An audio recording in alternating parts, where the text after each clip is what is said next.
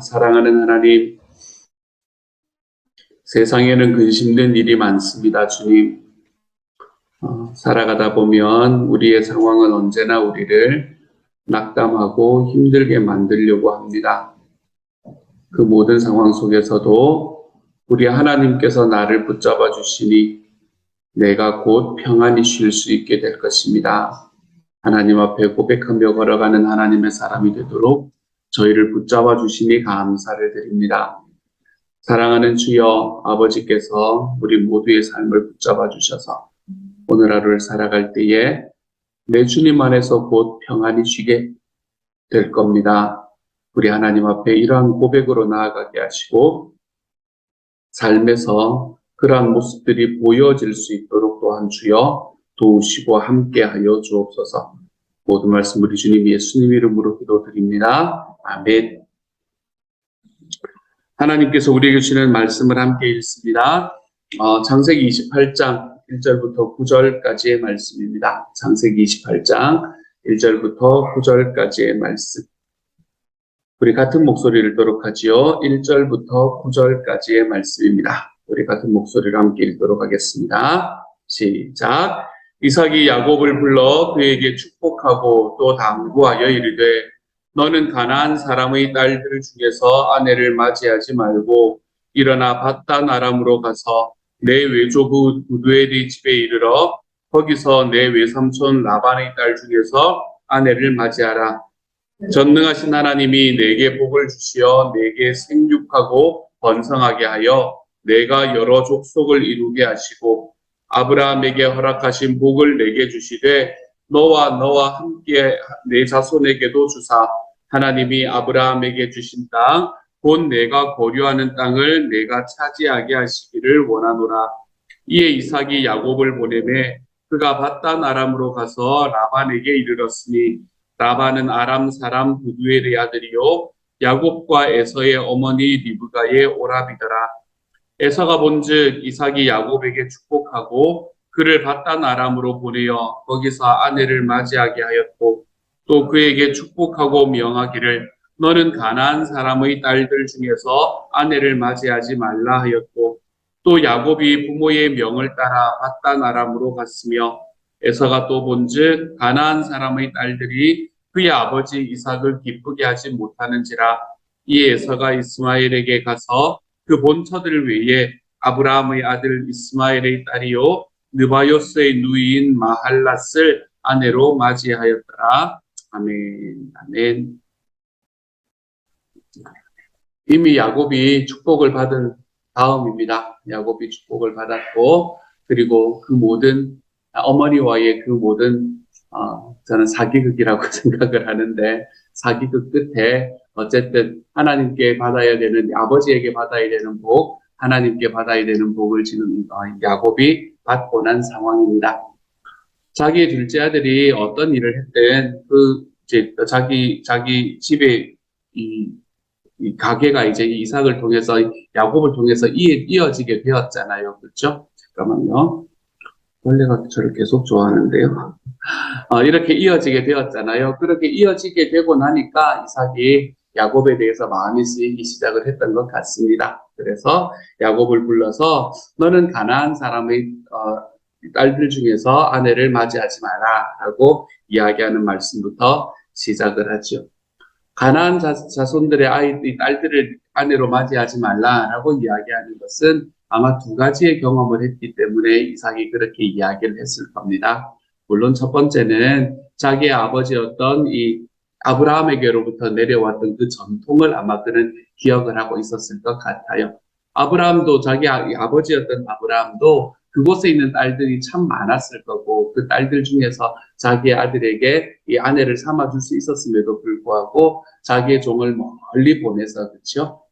내가 예전에 있던 우리 동족의 집으로 가서 그곳에서 이 딸을 데려와라 라고 이야기를 했던 그런 경험을 우리가 성경을 통해서 볼 수 있었잖아요.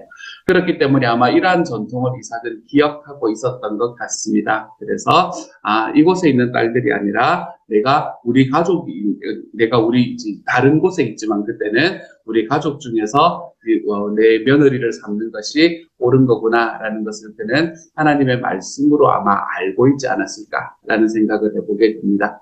하지만 그것뿐만은 아니겠지요. 우리가 어떤 대의가 있다고 하더라도 그 대의만 가지고 우리의 삶이 움직여지는 것은 아니니까요. 아마 이삭이 가지고 있는 감정도 한 몫을 했을 겁니다. 이삭이 가지고 있는 감정은 어떤 감정이었을까요? 누가 그 지역의 딸들을 데리고 와서 자기 아내로 삼았나 하면 자기의 큰아들이었던 에서가 그렇게 했다라는 걸 우리가 지난번에 말씀에서 보았었잖아요. 에서가 그 주변에 있는 사람들 중에서 이 아내를 2명이나 아내로 삼았다라는 것을 우리가 지난번에 말씀에서 보았단 말이에요. 그렇기 때문에 이제 이 에서의 이 아내들이, 그러니까 자기의 큰 며느리들이 어떻게 보면 자기를 만족시켜 주지를 못하고 있는 거예요. 그렇기 때문에 아마 이 두 가지의 생각들이 다 합쳐져서 이삭이 야곱을 불러서 특별히 너는 이곳에 있는 딸들을 삼아서 너의 아내로 삼지 말고 너는 이제 저곳으로 가서, 먼 곳으로 가서 내 아버지 집으로 가서 그곳에서 이 딸들을, 너희 아내들 사람을 데려와라 라고 이야기하는 말씀을 이야기를 했던 것 같습니다. 그러면서 이제 어디로 가라라고 특별히 이야기를 하나 하면 2절에 보면 밧단 아람으로 가라라고 이야기합니다. 아람이라는 곳이고요. 아마도 이삭의 아내를 취하기 위해서 갔던 곳과 거의 비슷한 곳이라고 생각을 하시면 되겠습니다. 그곳으로 가서 그 내 외조부 부두엘이 집에 이르러서 거기 내 외삼촌 라반의 딸들 중에서 아내를 맞이하라. 이 사람들 오래간만에 이름이 나오는데 이 사람들 다 리브가 때 다 나왔던 사람들입니다.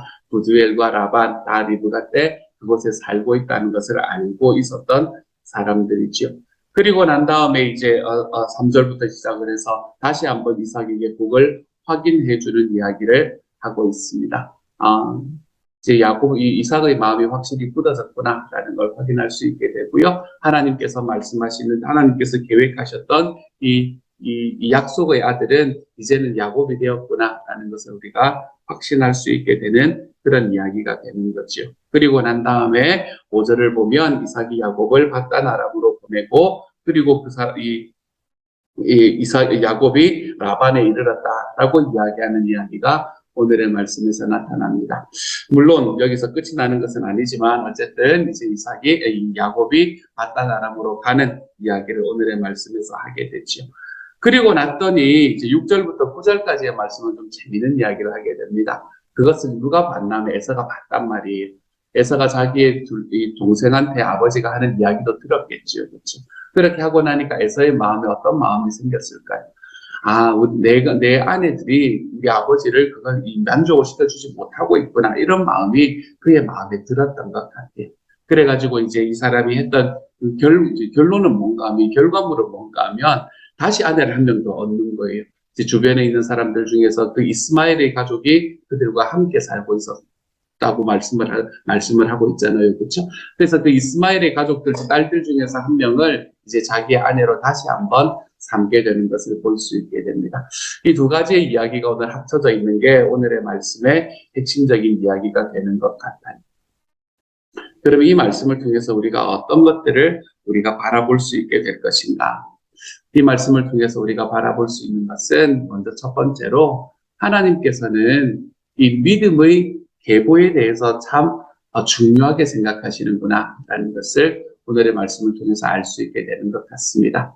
하나님께서는 믿음의 계보를 참 중요하게 생각을 하십니다. 오늘의 말씀에서도 바라보면 하나님은 다른 어떤 것들이, 그러니까 이게 하나님 구약 성경을 읽는 이 엔진하고도 같은 건데요.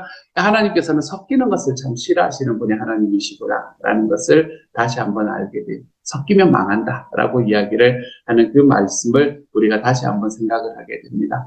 하나님께서는 하나님의 사람들이 섞이는 것을 원하지를 않습니다. 뭐와 섞이는 걸 원하지 않나 하면 세상과 섞이는 것을 원하지 않고 죄악과 섞이는 것을 원하지 않습니다. 하나님께서는 하나님의 사람들이 죄악과 섞이고 세상과 섞이기 전에 계속해서 그렇게 살면 망한다라고 하는 이야기를 우리에게 계속해서 던져주고 있는 게 하나님의 말씀이 되는 거죠.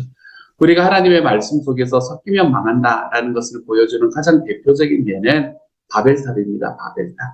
바벨탑의 사건을 여러분이 바라보면 그것은 섞이기 때문에 망하는 사건을 우리에게 너무나 잘 보여주고 있습니다. 사람들이 뭐라고 이야기를 해요? 우리가 모여서 살자 이렇게 이야기했잖아요. 우리가 다 모여서 저 하늘에까지 탑을 쌓고 우리가 가서 사실은 우리의 이름을 내자라고 이야기를 했지만 그 말은 결국은 뭐를 이야기하냐면 우리가 신이 되자라는 이야기하고 똑같은 이야기가 되는 거거든요. 사람들이 모여서 하나님의 자리를 탈취하려고 하는 바로 그 순간이 사람들이 섞이면 망하게 되는 가장 이 대표적인 사건을 보여주는 게 바로 그 바벨탑의 사건입니다. 이 바벨탑의 사건에서 사람들이 섞여서 함께 모여서 살아가려고 하는 바로 그 순간에 하나님께서는 이 바벨탑을 치셨고 그리고 이 바벨탑을 건설하던 사람들을 다 흩어버리시는 것을 우리는 볼 수 있게 되죠. 신약 성경에서는 어떻습니까? 신약 성경에서도 섞이면 망한다라는 것, 하나님께서 섞이는 것을 싫어한다라는 것을 너무나 잘 보여주는 말씀이 있습니다. 그게 어디인가 하면 이 예루살렘 교회의 첫 번째의 이 핍박이 닥쳤을 때 바로 그때입니다. 예루살렘 교회에서 사람들이 처음으로 예수님을 믿는 사람들이 나타나기 시작을 했잖아요. 베드로가 설교를 했더니 어떨 때는 3,000명이 믿고 어떨 때는 5,000명이 믿고 그래서 예루살렘 교회가 갑자기 메가철치가 되어가기 시작을 하잖아요. 그렇게 자기 주변에 사람들이 많아지고 자기들과 똑같은 마음을 가진 사람들이 많아지기 시작을 하니까 사람들의 마음에 어떤 마음이 생기기 시작을 했나 하면 야 우리끼리 이렇게 모여서 사는 게 좋겠구나 라는 생각을 하게 됩니다. 왜냐하면 주변에 나가는 사람들이 이상하게 바라보고 이제 그때부터는 이미 핍박이 조금씩 시작되었던 시기였거든요. 그러다 밖에 나가면 사람들에게 자기 핍박받고 그리고 사람들이 자기 이상하게 생각하고 이러니까 이렇게 우리끼리 살아가는 게 괜찮겠구나 라는 마음이 그 안에서 만연했던 그런 시기가 바로 초대 예루살렘 교회 시기였던 것 같습니다. 그렇기 때문에 사람들이 섞여서 살아가기를 모여서 자기들끼리만 살아가기를 원했었던 그런 시기에 하나님께서는 그들에게 뭐를 주시기 시작하나 하면 진짜 큰 핍박을 주시기 시작을 합니다. 그때 야고보가 죽거든요. 예수님의 제자였던 야고보가 그때 죽거든요. 그러면서 큰 핍박이 있어서 그들이 흩어지지 않을 수 없도록 만드는 게 하나님께서 말씀을 통해서 우리에게 이야기하시는 방향이 되는 거예요. 하나님께서는 우리가 모여가지고 우리 안에서 우리끼리 이렇게 살아가는 것 절대로 그냥 보시는 분이 아닌 것 같아요. 하나님께서는 계속해서 우리에게 섞이는 것이 아니라 계속해서 흩어지라고 이야기하시는 분이 바로 우리 하나님이십니다. 그게 말씀이 우리에게 이야기하는 하나님의 마음이고 그것이 말씀이 이야기하는 하나님의 교회의 방향이다라고 이야기할 수 있게 되는 거죠. 오늘의 말씀에서도 섞이는 것에 대해서 하나님께서 너무너무 싫어하시는구나라는 걸 우리에게 보여줍니다. 세상과 섞이고 죄악과 섞이는 것이요. 사랑하는 여러분, 세상과 섞이고 죄악과 섞이는 삶에서 여러분의 삶을 한 걸음 정도 물러설 수 있는 하나님의 사람이 되기를 소망합니다. 우리 하나님 앞에서 죄악이 되는 길이라면 내가 이것이 이렇게 했을 때에 내가 다른 사람도 비교도 해보고 별로 큰 일도 아닌 것 같고 내가 다시 여기서 발을 뺄 수 있지 이런 생각을 하는 마음에서 좀 벗어나시기를 소망합니다. 그것이 죄악이다라고 생각을 하면 발을 디디지 않을 수 있는 그런 마음이 우리들의 삶에 있기를 소망합니다. 그래서 오늘 이 이삭에게는 하나님께서 정말 섞이는 것을 원하지 않으시는 그런 모습을 우리에게 보여주었지만 이 결혼이라는 것을 통해서 보여주었지만 저와 여러분의 삶 속에서는 하나님께서 우리의 삶에 섞이면 망한다라는 이 마음들을 우리의 죄악과 그리고 이 세상의 문화와의 관계 속에서 우리에게 보여주시니까 내가 그 문화에 한 발을 디디는 것을 내가 좀 두려워하며 살아가 볼 수 있는 하나님의 사람이 되었으면 좋겠습니다. 내가 죄악과 섞이는 것을 좀 두려워하며 살아가는 하나님의 사람이 되었으면 좋겠어요. 죄악과 섞이고 문화와 섞이는 것이 내가 두려워하는 마음을 가지고 그것에서 내가 나를 리프레인해 나가는 삶을 살아가겠지만 그럼에도 불구하고 우리의 삶은 늘 그러한 길을 걸어갈 수밖에 없는 부족함이 우리의 삶에는 또한 있지 않습니까? 그렇죠? 내가 죄악의 한 걸음을 딛고 그리고 내가 세상의 문화와 섞이는 것에 한 걸음을 디뎠을 때 그럼 우리는 어떻게 하면 되는가? 오늘 우리가 바라보았더니 에서의 모습처럼 우리가 걸어가지 않기를 소망합니다. 하나의 일을 풀기 위해서 더 안 좋은 일들을 하게 되는 이 에서의 모습. 하나의 일을 풀기 위해서 하나님 앞에 나오는 것이 아니라 그 일을 풀기 위해서 자기의 생각대로 풀기 위해서 더 안 좋은 일을 하고 있는 에서의 모습을 우리가 보지 않습니까? 그렇죠? 이 자기 아내들이 자기 아버지를 만족시켜 드리지 못했다라는 생각을 하게 되었으면 그러면 어떻게 하는 것이 옳았을 건가 하면 자기가 했던 일에 대해서 하나님께 그거하고 회개하고 그리고 자기 아버지에게 죄송하다라고 이야기하고 우리가 그렇지만 이제 여기까지 왔으니까 우리가 여기에서 더 힘써서 같이 행복하게 살아보십시다라고 이야기를 해야 되는 게 맞을 거 아니에요. 그렇죠? 그런데 거기에서 또 다른 한 명의 아내를 데리고 오므로 인해서 하나님께서 분명히 한 남자와 한 여자가 만나서 서로 결혼을 하는 것이 서로 한 몸을 이루는 것이 결혼이다라고 이야기하시는 거기서 또 한 사람을 데리고 와서 내가 이 사람이면 우리 아버지를 만족시켜 줄 수 있겠지라고 이야기를 하며 자기의 뜻대로 그 일들을 풀어가는 이런 좀 미련한 모습을 우리에게 보여주고 있죠. 저와 여러분은 이 길로 좀 걸어가지 않았으면 좋겠습니다. 내가 세상과 좀 섞이고 그리고 내가 죄악의 문화에 좀 빠져들어가는 그런 상황이 나에게 있을 때에 우리는 하나님 앞에 온전한 회개의 모습으로 나아갈 수 있는 저와 여러분이 되어 가시기를 소망합니다. 하나님 앞에 하나님과 딜을 하겠으면 좋겠어. 내가 세상에서 사람들과의 관계, 내가 세상에서 일어나는 이 상황들과의 관계 속에서 나에게 일어나는 일들에 대해 하나님과 좀 딜을 해볼 수 있는 하나님의 사람이 되었으면 좋겠습니다. 우리가 관계에 대해서 이야기할 때 늘 말씀드리는 것이 그거잖아요. 우리가 살아가는 삶 속에서는 두 가지 종류의 관계가 있는데 하나님과의 관계와 이웃과의 관계가 있다. 그런데 하나님과의 관계와 이웃과의 관계는 언제나 그 중요성에 있어서 절대로 차이가 없다라고 이야기를 하자는 거죠. 그러므로 이거 두 가지는 항상 묶여 있는 겁니다.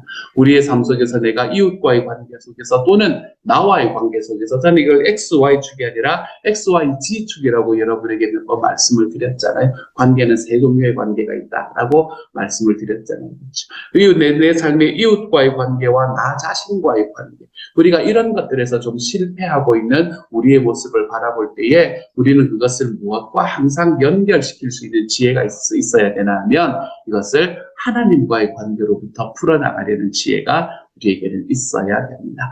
그렇기 때문에 우리가 우리의 삶에서 죄악에 좀 빠져들어가고 내가 이 세상과 섞이고 그리고 죄악과 섞이는 일을 경험하며 살아갔을 때에 우리는 하나님 앞에 우리는 회개하고 손을 들고 나오는 삶을 선택하면 됩니다. 그러면 항상 말씀이 우리에게 이야기하는 것처럼 사랑이 풍성한 하나님께서 용서하실 준비가 되어 계시는 하나님께서는 저와 여러분의 삶을 바꾸어 주시고 그 바꾸어진 삶 속에서 우리가 다시 회복하도록 만들어 주시는 분이 바로 우리 하나님이시기 때문에 그렇습니다. 그러므로 사랑하는 여러분, 이 세상에서 하나님께서 정말 싫어하시는 것 한 가지, 그것은 우리가 세상과 섞이고 죄악과 섞이는 일입니다.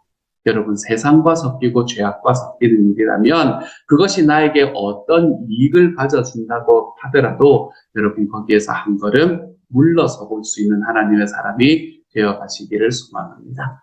그런데 내가 그렇게 섞여버렸으면 어떡하나요? 섞여버렸으면 내 하나님 앞에 정직한 마음으로 회개하며 걸어가 볼 수 있는 저와 여러분이 되어 가시기를 소망합니다. 하나가 얽혔을 때 그 하나를 풀기 위해서 이러다 보면 그 실뭉치 전체가 이렇게 엉망이 되어버리는 일을 우리가 자주 경험하지 않았으면 어릴 때 우리가 좀 경험하지 않았습니까? 그렇지? 그걸 하나 풀기 위해서 내가 해보다가 그 내 인생 전체를 헝클어뜨리는 삶을 살아가는 것이 아니라 내가 그것을 놓고 하나님 앞에 기도해서 내 하나님 앞에 회개하며 나아가서 그 매듭을 어떻게 푸는지를 분명히 알고 그 매듭을 하나님과 함께 풀어내는 삶을 살아갈 때에 하나님은 우리의 삶을 맺어 만드는 것이 아니라 우리 주님과 함께 걸어갈 때 우리의 삶에서 주님의 용서와 하나님의 구원을 경험하게 만들어 주시는 분이 바로 내 하나님이 되실 겁니다. 그러니까 여러분 죄를 짓는 일에는 여러분의 발걸음을 물러서십시오. 하지만 만약에 내가 죄를 짓는 자리에 들어갔다면 정직하게 주님 앞에 회개하며 우리 하나님과의 관계부터 해결해 나갈 수 있는 하나님의 사람이 되어 가십시오.